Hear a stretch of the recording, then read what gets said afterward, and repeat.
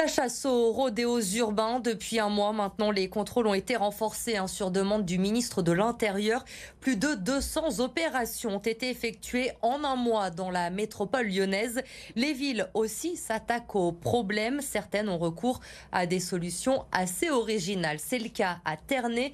Les explications de Jérémy Pain. Des rochers sur des centaines de mètres, image impressionnante sur cette avenue de Ternay le long de l'autoroute. Très peu fréquentée, elle est devenue au fil du temps un terrain privilégié pour des rodéos, au désespoir des riverains. Ce bruit constituait une gêne mais terrible pour les riverains.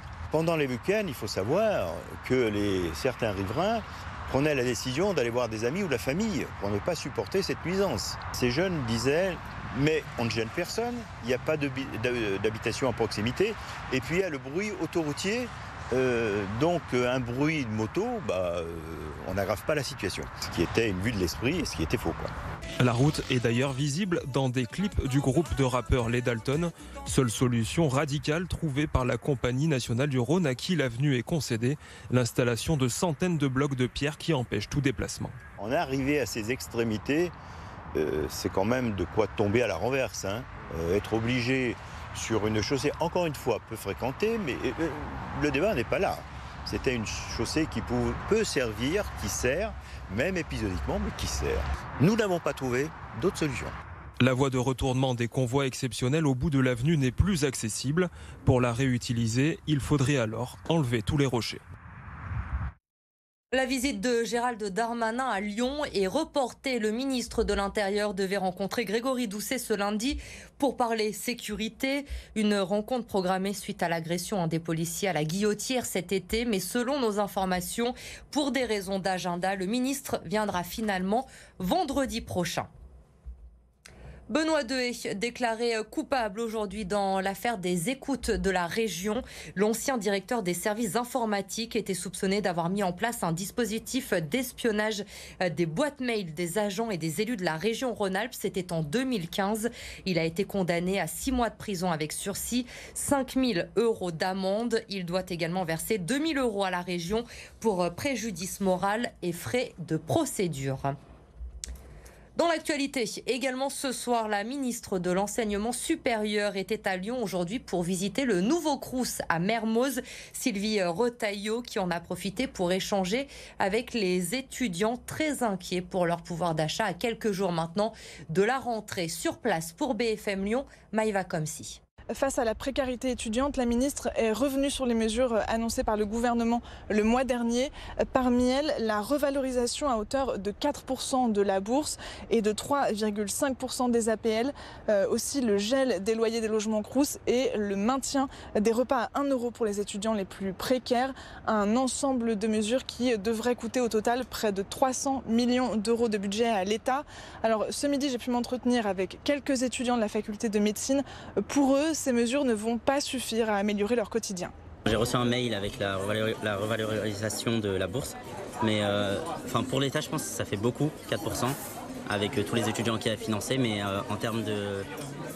Individuellement, je trouve que c'est pas assez. 4%, moi sur ma bourse, ça fait, du coup je passe de 104 à 108, ce qui est pas significatif. Ça change pas grand chose. On fait des concessions sur les activités extrascolaires, donc pour aller au bar par exemple, ou pouvoir sortir au cinéma avec ses amis, donc voilà, je trouve ça c'est dommage. Du coup on doit faire un choix entre manger ou profiter un petit peu de la côté, quoi. Cet été, l'UNEF faisait une estimation de l'augmentation du coût de la vie des étudiants, plus 7% par rapport à 2021. C'est 428 € en moyenne par étudiant. Là encore, la ministre promet de nouvelles mesures à venir dans l'année. Nous allons bien sûr compléter ces mesures conjoncturelles, ces mesures d'urgence, mais néanmoins fortes, par une réflexion de mesures structurelles dès la rentrée avec les étudiants, en concertation avec les étudiants, une réflexion qui va être lancée sur tous les volets de la vie étudiante, en particulier l'aide sociale, la santé étudiante, mais tous les autres. À savoir qu'en 2021, un sondage de l'association Copains Solidarité étudiants montrait qu'en 2021, un étudiant sur 2 ne mangeait pas à sa faim et que 8 sur 10 avaient eu recours à une aide alimentaire pour la première fois. À Lyon 2, les étudiants se sont rassemblés ce matin pour soutenir ce qu'on appelle désormais les sans-fac. Une quarantaine d'étudiants concernés, toujours sans affectation pour la rentrée. Il s'agit essentiellement d'étudiants qui postulent en première année de licence ou de master. Les membres du collectif ont pu s'entretenir ce matin avec la direction pour tenter de trouver des solutions. Le sport, la saison de Top 14 reprend ce week-end. Le Loup se déplace à Brive demain après-midi. Ce sera la première de Xavier Garbajosa sur le banc. Les Lyonnais, boostés par leur victoire en Coupe d'Europe la saison dernière, ils veulent prouver qu'ils peuvent jouer les premiers rôles en championnat. Écoutez Léo Berdeux au micro d'Edouard G. Il faut qu'on arrive à se mettre en tête qu'on a une équipe aussi qui est, je pense, solide par rapport aux autres aussi. Et voilà, on nous passe un peu pour l'équipe peut-être un peu gentille sur le terrain, mais et comme je l'ai dit, on a envie aussi de changer de statut qu'on a depuis quelques années, qui est seulement qui est une équipe qui joue bien à la baballe, mais on a envie de montrer aussi qu'on a d'autres aspects de nous et qu'on est une équipe aussi chiante à jouer et qu'on a du caractère et qu'on s'est tapé fort nous aussi. Voilà, je pense qu'on a des joueurs devant qui ont ce rôle-là ou qui ont en tout cas les capacités de le faire. L'OL joue également demain. Les Lyonnais reçoivent Angers à 19h pour la 6e journée de Ligue 1. Objectif, poursuivre le sans faute à domicile. Les hommes de Peter Bosz ont remporté leurs 3 premiers matchs de la saison au Groupama Stadium. Ils sont toujours invaincus en Ligue 1. Écoutez Maxence Cacré, toujours au micro d'Edouard G.